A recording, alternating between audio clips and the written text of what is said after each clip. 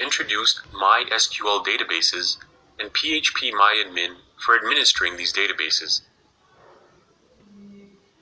Every time we completed an action through the PhpMyAdmin GUI, like creating tables, adding records, modifying users, we communicated a set of instructions to our MySQL database. These instructions were translated into a language our database understands, known as SQL. SQL stands for Structured Query Language. By its very definition, SQL is a special-purpose programming language designed to communicate with relational database management systems, or RDBMS. Remember, a MySQL database is one of many other databases that are able to interpret SQL language.